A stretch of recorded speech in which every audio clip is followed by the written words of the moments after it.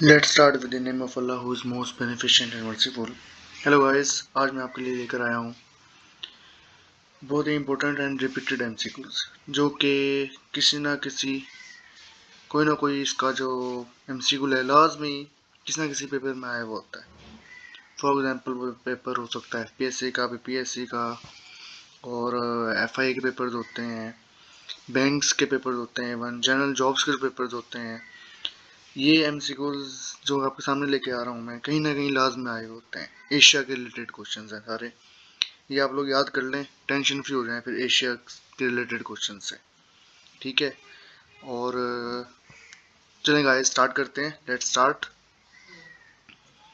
First MCQs is the largest continent by size and population is as usual Asia. Second one is the continent Asia is known as home of man. Home of man भी कहते हैं इसे। वो किस लिए कहते हैं कि वर्ल्ड्स अर्लीस्ट सिविलाइजेशन है ये, यानी कि सबसे पुरानी जो सिविलाइजेशंस हैं यहाँ आबाद है, इस वजह से होम ऑफ मैन कहते हैं इसे। Third one is how many countries are there in Asia. Asia continent में कितने कंट्रीज हैं? ऑलमोस्ट 48 कंट्रीज हैं इसमें। Next one is which is the largest country in Asia by land area.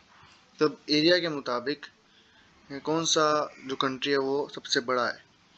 That is Russia.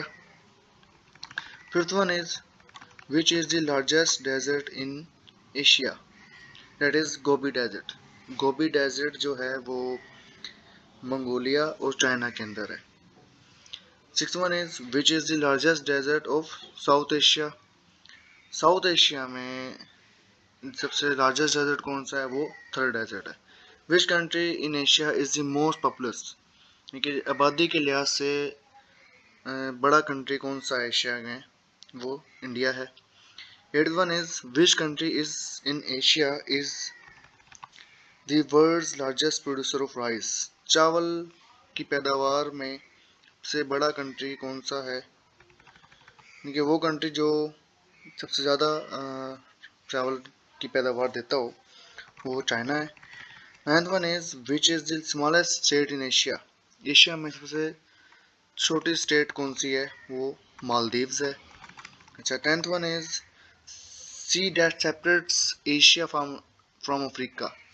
जैसे कि Asia एक continent है, Africa भी एक कॉन्टिनेंट है, तो एशिया को और अफ्रीका को कौन सा जो समंदर है वो सेपरेट करता है, अलग करता है? वो रेड सी है। 11th one is which mountain range separates Asia and Europe.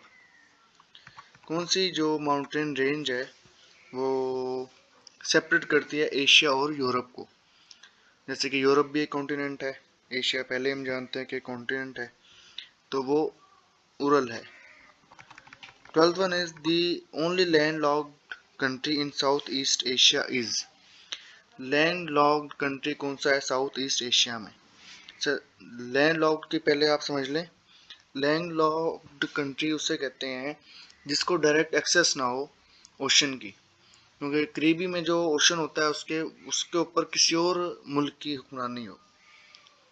ठीक है, तो उसको डायरेक्ट एक्सेस नहीं होती, उसे कहते हैं लैंड लॉक्ड कंट्री। जैसे कि उसने फॉर एग्जांपल ट्रेड करनी है बाय सी, तो वो उस रेलेवेंट कंट्री से के थ्रू ट्रेड करेगा, डायरेक्ट ट्रेड करने की एक्सेस नहीं होती उसे। तो वो साउथ ईस्ट एशिया में लॉस है। वैसे आपको एडिशनल इंफॉर्मेशन में बताता ही चलूँ कि पूरे एशिया में लगभग 12 कंट्रीज़ हैं जो लैंड लॉक्ड कंट्रीज़ हैं, मतलब जिनको सी की डायरेक्ट एक्सेस नहीं है। उनमें इंक्लूड करते हैं Uzbekistan, Turkmenistan, Tajikistan, Nepal, Mongolia, Turkistan, Kazakhstan, Laos, जैसे अभी लाओस वाला है एक एमसीक्यू भी हमने पढ़ा है, भूटान, अज़रबैजान, आर्मीनिया और अफ़गानिस्तान। ये कोई लगभग 12 कंट्रीज़ बनते हैं ये पूरे एशिया में जिनको लैंड लॉक्ड कंट्री कहा जाता है। अच्छा, 13th one is which country is known as the buffer state of Asia. Buffer state of Asia कौन सा कंट्री कहलाता है? वो अफगानिस्तान है। अच्छा, बफर स्टेट किसे कहते हैं इसको समझ लीजिए। बफर स्टेट उसे कहते हैं जो सैंडविच की तरह हो बीच में ना दो कंट्रीज के, और 2 कंट्रीज जो हैं आसपास वाले उसके पावरफुल और एग्रेसिव एंटिटीज होनी चाहिए। तो उनके दरमियान जो एक बेचारा कंट्री होता है उसे हम बफर स्टेट कहते हैं। तो buffer state of Asia Afghanistan है। अच्छा, 14th one is which is the longest river in south Asia. South Asia में लॉन्गेस्ट रिवर कौन सा है? वो है ब्रह्मपुत्रा। ब्रह्मपुत्रा एडिशनल इंफॉर्मेशन ले लें, ये तिब्बत, इंडिया और बांग्लादेश से में फ्लो करता है, यानी कि इन कंट्रीज में से फ्लो करता हुआ गुजरता है। अच्छा, 15th one is who is known as flying bird of Asia. Flying bird of Asia किसे कहा जाता है? पहले ये आप समझ लें। फ्लाइंग बर्ड ऑफ एशिया कहते हैं अब्दुल खालिक साहब को। ये सोल्जर थे, सूबेदार थे तो अपने पाकिस्तान में ना कि तो इन्होंने काफ़ी सारी रेस स्प्रिंटर से मशहूर हैं। स्प्रिंटर थे बड़े कमाल के, भागते बड़ा अच्छा थे। इन्होंने 100 मीटर्स 200 मीटर्स कई जो हैं वो इन्होंने रेसेस जीती हैं और इंटरनेशनल अवार्ड्स, नेशनल अवार्ड्स इनके पास बहुत सारे हैं, मेडल्स हैं बहुत सारे इनके पास। तो कमाल के स्प्रिंटर थे ये, अल्लाह इनको जन्नत नसीब करे। ये अब्दुल खालिक साहब इनका नाम है। अच्छा, 16 one is Turkey connects which two continents. जैसे कि 2 कॉन्टिनेंट्स हैं तो तुर्की किसको कनेक्ट करता है? ये एशिया और यूरोप को। तुर्की की यानी कि जोग्राफी लोकेशन कुछ ऐसी है कि वो एशिया और यूरोप को कनेक्ट करता है। 17th one is Egypt connects which two continents. इस तरह जैसे तुर्की कनेक्ट करता है वैसे इजिप्ट किसको 2 कॉन्टिनेंट्स को कनेक्ट करता है? वो है एशिया एंड अफ्रीका को।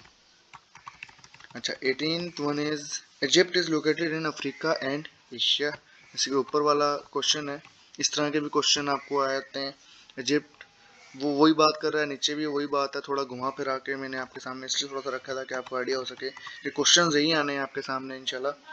जरा उनको आप डिफरेंट वे से, डिफरेंट एंगल से देख लें, इंशाल्लाह बेहतर रहेगा। 19th one is which is the largest country in central Asia.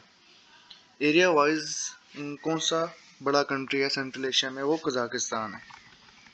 20th one is which country is home to the most nuclear power plants. ठीक है, वो चाइना है। 21st is which Asian country has the most number of neighbours. यानी कि ज़्यादा neighbours किस country के पास हैं? कोई जोग्राफिकल लोकेशन चाइना की कुछ इस तरह की है कि उसके ये नेबर ज़्यादा बनते हैं, वो चाइना है। 22nd is the country Russia is located in Europe and Asia. अब देखें कनेक्ट करता है बेसिकली यूरोप और एशिया को, इस तरह भी कह सकते हैं इसे। 23rd is mount Everest the highest peak in the world है। माउंट एवरेस्ट जिसे कहते हैं, किस कंट्री में लोकेट करती है ये? एशिया में तो लोकेट करती ही है, तो किस कंट्री में लोकेट करती है? एशिया के नेपाल में। Which country in Asia is known as the land of rising sun. Asia में जापान ऐसे हम जानते हैं, तो वो लैंड ऑफ राइजिंग सन कहा जाता है। लैंड ऑफ राइजिंग सन अब क्यों कहा जाता है? ये एडिशनल इन्फॉर्मेशन है। लैंड ऑफ राइजिंग सन इसलिए कहा जाता है कि सूरज जो है ना इससे तुलू होता है, मतलब ऐसा लगता है कि यहाँ से तुलू हो रहा है देखने में, तो इस वजह से इसको लैंड ऑफ राइजिंग सन कहा जाता है जापान को। 25th one is last but not least most popular city in Asia is Tokyo. ठीक है, जापान का शहर है टोक्यो, तो ये मोस्ट पॉपुलर सिटी है। पॉपुलर कंट्री हमने ऊपर पढ़ा था वो इंडिया है। चल, don't forget to like and subscribe, कि आगे भी वीडियोस आप लोगों के लिए बनवाता रहूँगा मैं। मोस्ट रिपीटेड और इम्पोर्टेंट एमसीक्यूज को लेके आऊँगा इंशाल्लाह। तो कम टाइम में ज़्यादा तैयारी और अच्छी प्रिपरेशन हो जाएगी आप लोगों की। तो चैनल को लाइक एंड सब्सक्राइब करना ना भूलिएगा। जज़ाकल्लाह, अल्लाह हाफिज़।